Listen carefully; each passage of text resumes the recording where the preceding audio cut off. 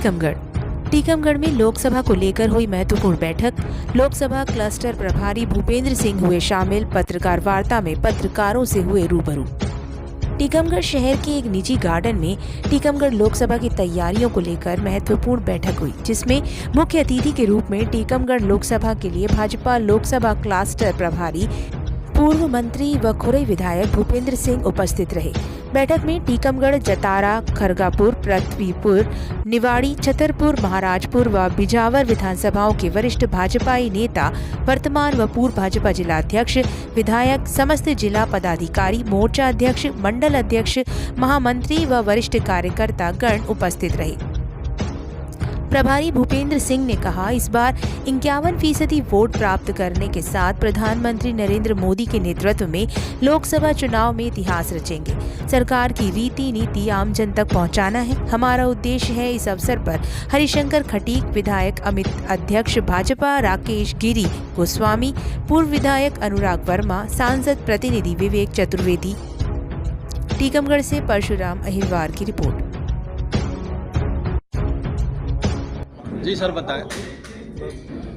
देखिए, भारतीय जनता पार्टी के द्वारा लोकसभा की चुनाव की तैयारियों की दृष्टि से आज टीकमगढ़ संसदीय क्षेत्र की बैठक की, जिसमें हमारे सभी माननीय विधायकगण, पार्टी के सभी वरिष्ठ नेतागण, जिलाध्यक्षगण सभी लोग उपस्थित थे। और उन लोगों ने जो पार्टी के आगामी कार्यक्रम हैं, उन सारे कार्यक्रमों की एक कार्ययोजना बनाई है। उस कार्ययोजना के आधार पर हम सब लोकसभा चुनाव की तैयारियों में लगे हुए हैं। आज टीकमगढ़ संसदीय क्षेत्र लोकसभा क्षेत्र के चुनाव कार्यालय का भी शुभारंभ हुआ है और 31 जनवरी तक पूरे देश में सभी जगह लोकसभा चुनाव के भारतीय जनता पार्टी के कार्यालय प्रारंभ हो गए और आगामी जो हम लोगों के कार्यक्रम हैं, 4 फरवरी से गांव चलो अभियान प्रारंभ हो रहा है। उस कार्यक्रम की तैयारियों पर हुई प्रत्येक बूथ पर हम लोगों को 51% वोट प्राप्त करना है, उसकी कार्य योजना बनी है। और जो गरीब कल्याण की योजना है, उन गरीब कल्याण की योजनाओं का लाभ हर गरीब को मिले। भारतीय जनता पार्टी की हमारी सरकार ने माननीय मोदी जी के नेतृत्व में देश के अंदर भ्रष्टाचार मुक्त सरकार देने का काम इन 10 वर्षों में किया है। सुशासन लाने का काम इन 10 वर्षों के अंदर हुआ है। सबका साथ, सबके विकास के जो हमारा संकल्प सूत्र है, उसके आधार पर, और इसलिए आज पूरे देश में जनता ये चाहती है कि माननीय नरेंद्र मोदी जी देश के फिर से प्रधानमंत्री बने और उसी सब तैयारियों में हम लोगों की आज की लोकसभा में प्रमुख मुद्दा क्या रह गया राम मंदिर की बात?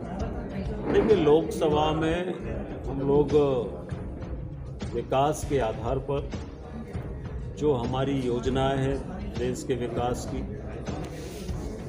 उन योजनाओं के आधार पर, देश में सुशासन के आधार पर, इन सब मुद्दों के आधार पर मोदी जी जैसा नेतृत्व जिस पार्टी के पास है, इस सब आधार पर हम लोग जनता के बीच में जाएंगे और जनता का आशीर्वाद मिलेगा। आज तो देश में कोई भी ऐसा नेता नहीं है जो मोदी जी की तुलना जिससे की जा सके, और इसलिए मोदी जी जैसा न केवल भारत के बल्कि दुनिया के ऐसा नेतृत्व और ऐसे हमारी पार्टी, हमारी विचारधारा, इस सब आधार पर हम लोग जनता के बीच में जाएंगे। सुरक्षा परिषद और अन्य विभिन्न संगठनों में जो वैश्विक संगठन हैं, वहां भारत एक दयनीय स्थिति में जब हमने 2014 की पहले की स्थिति यदि हम देखें तो एक दयनीय स्थिति में ये भारत की स्थिति थी। लेकिन आज जब यूक्रेन और रूस का विवाद होता है, युद्ध होता है, तो दोनों देश मिलकर भारत से आह्वान करते हैं, माननीय नरेंद्र मोदी जी से आह्वान करते हैं कि हमारी समस्या को सुलझाइए। इस युद्ध का यदि सुलझाना हो सकता है, संभव हो सकता है, तो वो भारत के नेतृत्व में हो सकता है। एक नया ताकतवर देश भारत उभर कर हमारे विश्व वैश्विक पटल पर आ रहा है और ये सब हम माननीय नरेंद्र मोदी जी के नेतृत्व में देख रहे हैं। चाहे धारा 370 का हटना हो, चाहे ऐसे CAA हो, ऐसे कितने भी राष्ट्रीय सुरक्षा के जितने मामले थे, हमने माननीय मोदी जी के नेतृत्व में ऐतिहासिक निर्णय भारत में होते हुए देखे हैं और उसके बावजूद आज यहाँ पर बैठे और लोकसभा चुनाव में हम सब लोगों को विजय प्राप्त हो, इसी कार्य योजना पर हम सब लोग आज चर्चा करने के लिए यहाँ पर उपस्थित हुए हैं। पिछले दिनों